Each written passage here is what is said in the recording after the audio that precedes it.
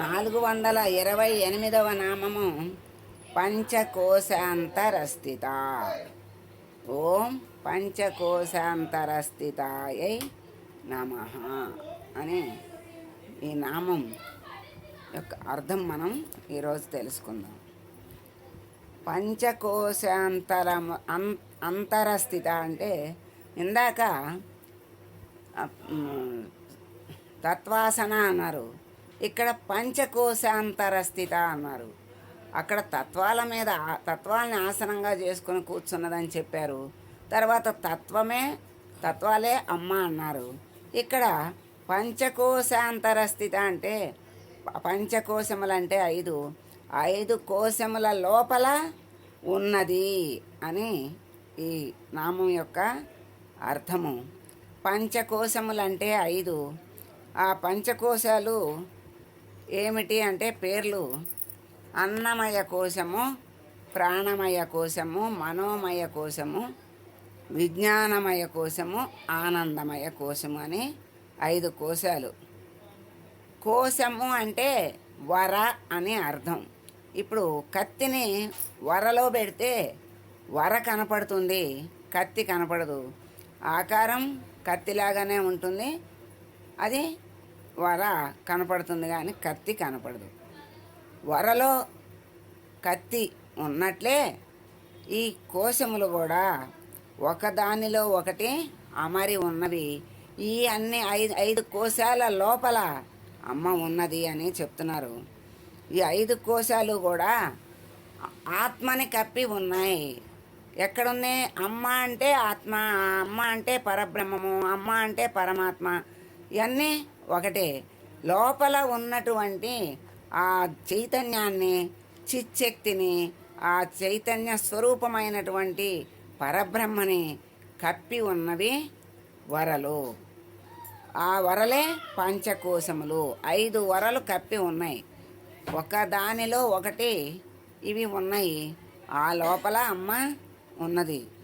అలా మన అన్నమయ కోశము అంటే మన స్థూల శరీరమే అన్నమయ కోశము.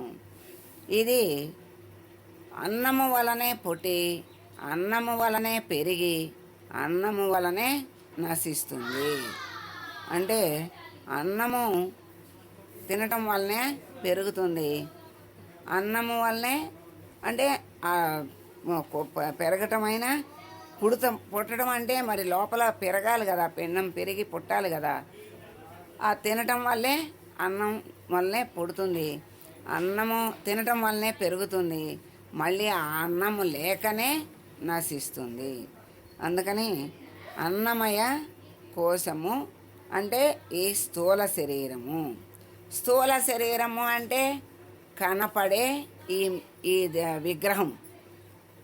అంటే ఆ శరీరము 25 ఇంద్రియాలతో కూడుకున్నటువంటి స్థూల శరీరము. మనకి కనపడేది నేను అంటే మేనుగా భావించేటువంటి ఈ స్థూల శరీరం. నేనంటే స్థూల శరీరంగానే మనం చెప్తాం కదా అజ్ఞానంలో. అలా ఈ కనపడేటువంటి స్థూల శరీరమే అన్నమయ కోశము.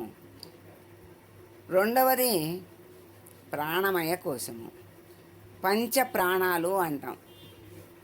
అంటే 5 ప్రాణాలు మనలో ఉన్నాయి. ఈ 5 ప్రాణాలు ఏమేంటి? సమానము, వ్యానము, ఉదానము, ప్రాణము, అపానము. ఈ 5 ప్రాణాలు. ఈ ఈ ప్రాణాలన్నీ కూడా గుదస్థానము నుండి, అంటే ఈ అపానము గుదస్థానమునందు, ప్రాణము హృదయస్థానములోను, ఉదానము కంఠస్థానములోను, వ్యానము శరీరం అంతా వ్యాపించి, సమానము నాభిస్థానము, ఉదరము దగ్గర నాభిస్థానములో ఉండి, ఈ సమాన వాయువు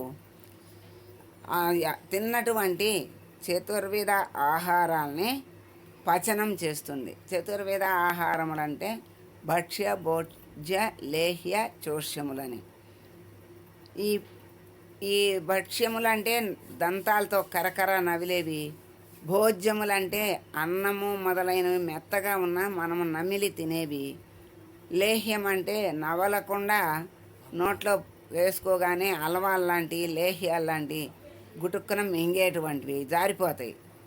తర్వాత చూష్యములంటే తాగేవి, జుర్రేవి, అంటే చారు, రసము, మజ్జిగో, మంచినీళ్ళు, ఇవన్నీ త్రాగేవి ద్రవ పదార్థాలు. వీటిని చూష్యములు అంటారు. ఇవి 4 పదార్థాలు మనం స్వీకరిస్తాము. అక్కడ సమాన వాయువు ఉండి ఉదరంలో నాభి దగ్గర వీటన్నిటినీ అరిగేటట్లుగా చేసి 72,000 నాడులకి కూడా పంచిపెడుతుంది. అలాంటి ఈ పంచప్రాణములే ప్రాణమయ కోశానికి ఆధారం. అంటే ఇలా వీటికి 5 ఉపవాయువులు ఉన్నాయి. నాగ, కూర్మ, కృకుర, దేవదత్త, ధనంజయ వాయువులని. దేవదత్త, ధనంజయ వాయువులు ఇవి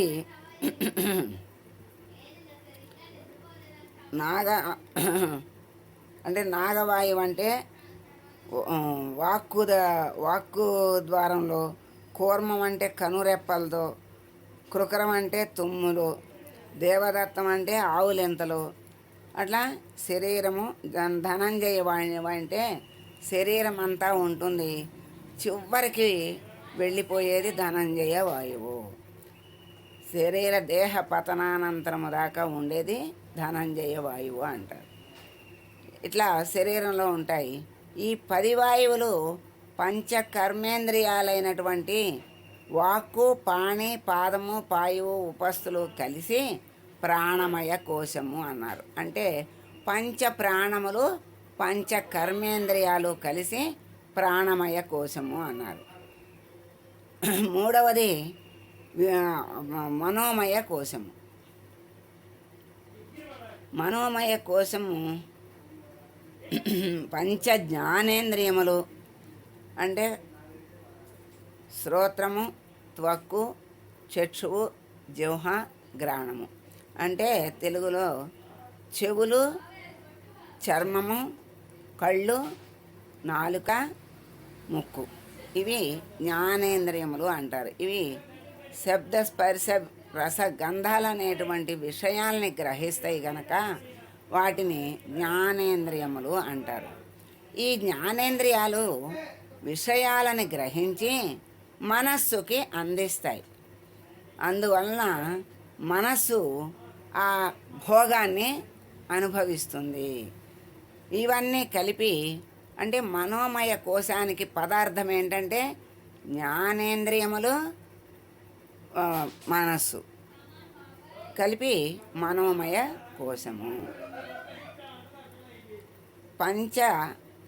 తర్వాత విజ్ఞానమయ కోశమానికి పదార్థం ఏంటంటే పంచ జ్ఞానేంద్రియములతో కూడినటువంటి బుద్ధి విజ్ఞానమయ కోశము. పంచ జ్ఞానేంద్రియముల ద్వారా బుద్ధిని ఉపయోగించి ఇందాక మనస్సు కలిసి భోగ విషయాలని అనుభవిస్తుంది ఆ కోశము, మనోమయ కోశం. ఇప్పుడు బుద్ధిని ఉపయోగించి అవే ఇంద్రియాలతో బుద్ధిని ఉపయోగించి జ్ఞానాన్ని పొందుతుంది. పంచ జ్ఞానేంద్రియాలతో కూడినటువంటి బుద్ధి విజ్ఞానమయ కోశము. ఇప్పుడు బుద్ధితో కూడినప్పుడు ఏం చేస్తాయి ఇంద్రియాలు? మనోమయ కోశంలో మనస్సు చెప్పినట్టు చేస్తాయి, విజ్ఞానమయ కోశంలో బుద్ధి చెప్పినట్టు చేస్తాయి. బుద్ధి లక్షణం ఏంటంటే మంచి చెడు తెలుసుకొని ఆచరించేది బుద్ధి. మంచి చెడులు తెలియక, తెలుసుకోవాలనే ఆలోచన లేక అన్నిటి యందు దూకేది మనస్సు. అందుకని అది పనికొస్తుందా పనికిరాదా అనే విషయాలు దానికి అనవసరం. అన్ని విషయాల్లోనూ దూరటమే దాని యొక్క లక్షణం. అందుకని మనస్సు జ్ఞానేంద్రియాలు కలిస్తే మనోమయ కోసమైంది. ఆ విషయాల ద్వారా మనస్సు భోగాల్ని అనుభవిస్తుంది. భోగాల్ని అనుభవిస్తుంది. ఇప్పుడు బుద్ధితో చేరినప్పుడు జ్ఞానాన్ని సంపాదించుకుంటుంది. ఆ ఇంద్రియాలే బుద్ధితో చేరినప్పుడు మంచి మాటలు వింటము, మంచి మాట పలకటము, మంచి మాటలు వినటము, అలా అన్నీ కూడా మనస్సులో మంచి ఆలోచనలు ఈ జ్ఞానేంద్రియాల ద్వారా అన్నీ కూడా చక్కని బుద్ధితో కూడినటువంటి జ్ఞానముతో కూడినటువంటి పనులు చేయటం వల్ల జ్ఞానము కలుగుతుంది, విజ్ఞానము కలుగుతుంది. కనుక అది విజ్ఞానమయ కోశము అన్నారు. తర్వాత ఆనందమయ కోశము ఐదవది అయినటువంటి ఆనందానికి మూలమైనది ఆనందమయ కోశము. ఇప్పుడు ఇవన్నీ అన్నమయ కోశము లోపల అంటే శరీరము లోపల ప్రాణాలు ఉన్నాయి, ప్రాణాల లోపల మనస్సు ఉంది, మనస్సు లోపల బుద్ధి ఉంది, బుద్ధి లోపల ఆనందం ఉంది అంటే విజ్ఞానము. బుద్ధిని ఉపయోగించి ఆ ఇంద్రియాలతో మనము ఇంద్రియాలని ఉపయోగించుకున్నట్లయితే ఆనందము కలుగుతుంది, విజ్ఞానము కలుగుతుంది. ఆ విజ్ఞానమే ప్రజ్ఞానంగా మారి ఆనందమయ కోశంగా అవుతుంది. అలా ఈ పంచకోశాలతో ఈ పంచకోశాల ఆనందమయ కోశం ఉంది కదా, ఆనందమయ కోశము లోపల ఉన్నటువంటి ఆ పరబ్రహ్మ తత్వము, చైతన్యము, చిచ్చక్తి అన్ని పేర్లతో కూడిన ఉన్నటువంటి ఒకే ఒక శక్తి, అదే మా అమ్మ. అంటే పంచకోశాంతరస్థిత, ఈ పంచకోశముల లోపల ఉన్నటువంటి అమ్మ తల్లి. ఇక్కడ మరి ఆ కోశాలతో కప్పబడి ఉండే తల్లి అని అన్నము.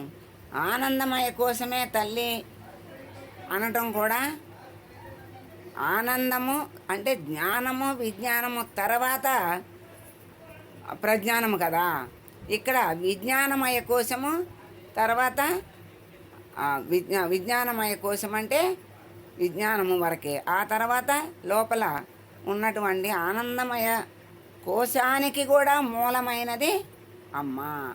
ఇప్పుడు ఆనందమయ కోశము కూడా ఆనందమయ కోశానికి మూలమైనది అమ్మ. ఆనందమయ కోశము కూడా వరే, దానికి అంటే ఆనందములాగా అనిపిస్తుంది. దాని లోపల ఉన్నదే శాశ్వతమైన ఆనందము. అందుకని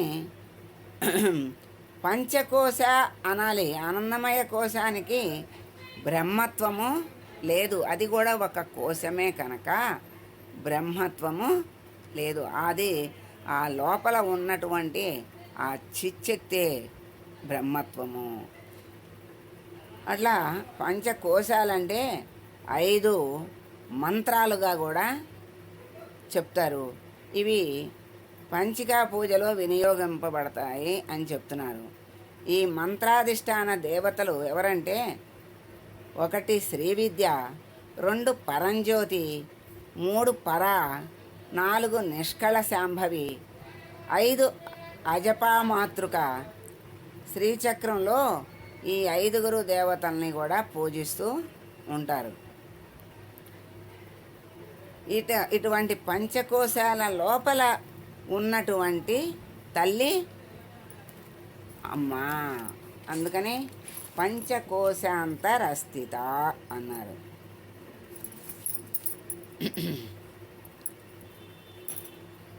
అలాగే ఇంకొకసారి మళ్ళీ దీన్ని మననం చేద్దాం. పంచకోశాలు అంటే అన్నమయ, ప్రాణమయ, మనోమయ, విజ్ఞానమయ, ఆనందమయ కోశములు. అన్నమయము అంటే కనపడేటువంటి స్థూల శరీరము. ఆ స్థూల శరీరము లోపల ప్రాణమయ కోశము అంటే దానిలో ఉన్న ప్రాణము. దాని లోపల ఉన్నటువంటి మనోమయ కోశము అంటే మనస్సు. ఆ మనస్సు చేసే పని ఏంటంటే సంకల్ప వికల్పములు.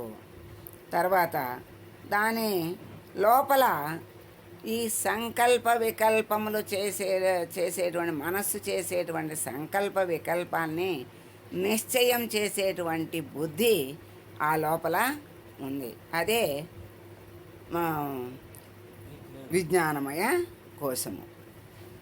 ఆ బుద్ధి నిర్ణయించినటువంటి స్థితిని స్థితిని ఆనందమయ కోశముగా, అంటే సుఖ దుఃఖాల్ని అనుభవిస్తున్నాను అనుకునేటువంటి అనుభూతే ఆనందమయ కోశము. ఇప్పుడు మనస్సు సంకల్పిస్తుంది, బుద్ధి నిశ్చయిస్తుంది. బుద్ధి నిశ్చయించిన తర్వాత అహంకారం పూనుకొని కర్తృత్వాన్ని స్వీకరించి అనుసరిస్తుంది. అప్పుడు ఆ పని పూర్తవుతుంది. అదే ఆనందము. అది కూడా ఆనందమయ కోశముగా చెప్తున్నారు. అలా సుఖ దుఃఖాల్ని అనుభవిస్తున్నాను అనుకునేటువంటి ఇదే ఆనందమయ కోశము. ఈ ఐదింటిని కూడా పని చేసేటట్లుగా, అంటే ప్రకాశింపచేసేటట్లుగా చేసే శక్తే అమ్మ, పరమాత్మ. ఈ ఐదు కూడా ఎలా ఉన్నాయి అంటే ఒకదాని పక్కన ఒకటి కాదు, ఒకదాని లోపల ఒకటిగా ఉన్నాయి. అందుకనే కోశము అన్నారు.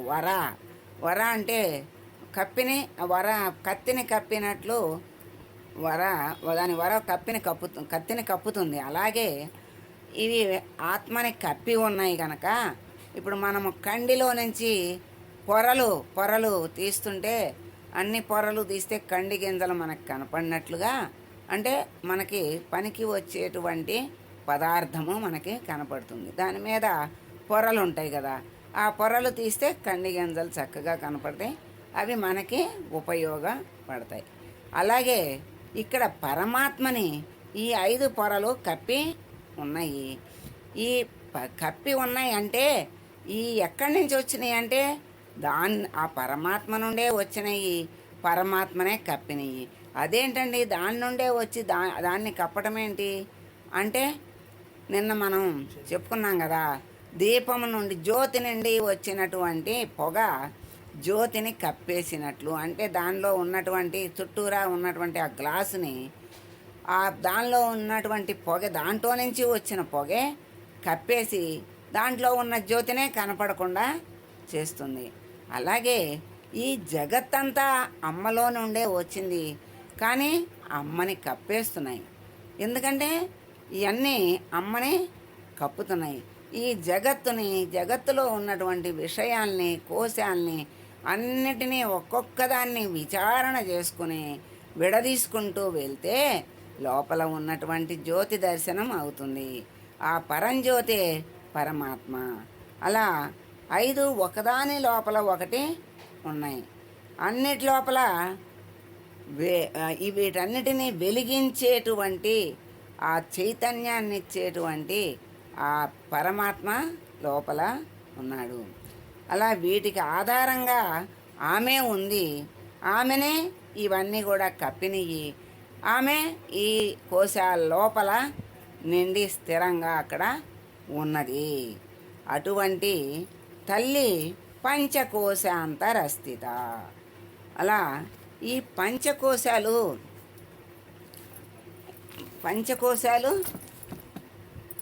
వ్యతిరేక్త అంటే పంచకోశాలకి వేరుగా ఉండటమే వ్యతిరేక్తత. పంచకోశాలు లాగా ఉంటే పరమాత్మ దర్శనం మనకి అవదు.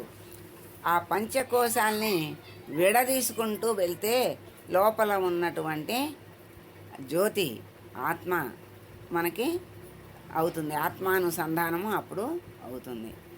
మరి పంచకోశాల్ని విడదీసుకోవటం ఎలా అంటే, పంచకోశాలు తెలిస్తేనే, అంటే ఇవి ఇలా ఉంటాయి. ఇప్పుడు మనము ఒక ఊరు వెళ్ళాలన్నా దాని దారి అవన్నీ వరుసనే తెలుసుకుని దీని తర్వాత ఇది ఉంటుంది, దీని తర్వాత ఇది ఉంటుందని ముందు కనుక్కుంటాం. అలాగే ఒక పదార్థాన్ని చెయ్యాలి అంటే దాని విధానాన్ని కనుక్కుంటాం. ఒక వస్తువుని మనం పొందాలి అంటే దాని యొక్క విచారణ మనం చేస్తాం. అలాగే పంచకోశాల్ని విడదీసుకొని పరమాత్మని పొందాలి అంటే ఈ పంచకోశాల్ని విడదీసుకోవాలి. పంచకోశాలు అంటే ఏమిటి, వాటిని విడదీయటం ఎలా అనే మనకి ప్రశ్న వస్తుంది. పంచకోశాలు అంటే ఏమన్నారు, పొరలు అన్నారు. ఆ పొరలు వ్యతిరేక్తత అంటే పొరల్ని తీయటము. మరి ఆ పొరలు మనలో ఎలా ఉన్నాయంటే అన్నమయ, ప్రాణమయ, మనోమయ, విజ్ఞానమయ, ఆనందమయ కోశాల రూపంలో ఆత్మని కప్పి ఉన్నాయి అన్నారు. అయితే అన్నమయ కోశం అంటే శరీరము అన్నారు. మరి శరీరాన్ని వదిలేద్దామా? వల్ల కాదే. శరీరాన్ని వదిలేస్తే మనము చేసేదేమీ లేదు, మనం సాధించేది లేదు. శరీరమే సాధనంగా మనం శరీరాన్ని ఉపయోగించుకోవాలి, సాధించాలి. అన్నమయ కోశం అంటే అన్నము వలనే పుట్టి, అన్నము వలనే పెరిగి, అన్నము వలనే నశించినటువంటి ఈ స్థూల శరీరమే అన్నమయ కోశము. ఒకదానికంటే ఒకటి బలమైనవి. ఇవి అన్నమయ కోశం కంటే బలమైనది ప్రాణమయ కోశము, ప్రాణమయ కోశము కంటే బలమైనది మనోమయ కోశము, మనోమయ కోశము కంటే బలమైనది విజ్ఞానమయ కోశము, విజ్ఞానమయ కోశము కంటే బలమైనది ఆనందమయ కోశము. ఇలా ఒకదానికొకటి, ఒకదాని లోపల ఒకటి ఉంటూ, ఒకదానిని ఒకటి కప్పుతూ, ఒకదానికంటే ఒకటి బలంగా ఉన్నాయి. అలాగే ఇప్పుడు ప్రాణమయ కోశము అంటే పంచప్రాణాలు, కర్మేంద్రియాలు కలిసి ప్రాణమయ కోశము అన్నారు. మనోమయ కోశం అంటే పంచ జ్ఞానేంద్రియాలు, మనస్సు కలిసి మనోమయ కోశము అన్నారు.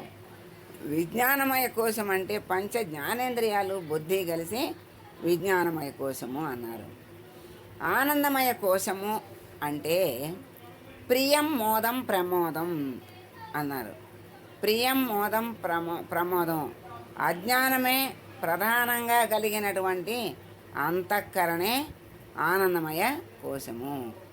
అంటే ఈ అజ్ఞానముతో కూడుకున్నటువంటి అంతఃకరణ, మనస్సు, బుద్ధి, చిత్తము, అహంకారము, ఇవన్నీ అజ్ఞానముతో ఈ విషయ అంటే లౌకిక బాహ్య దృష్టితో నడుచుకున్నంత వరకు అది ఆనందమయ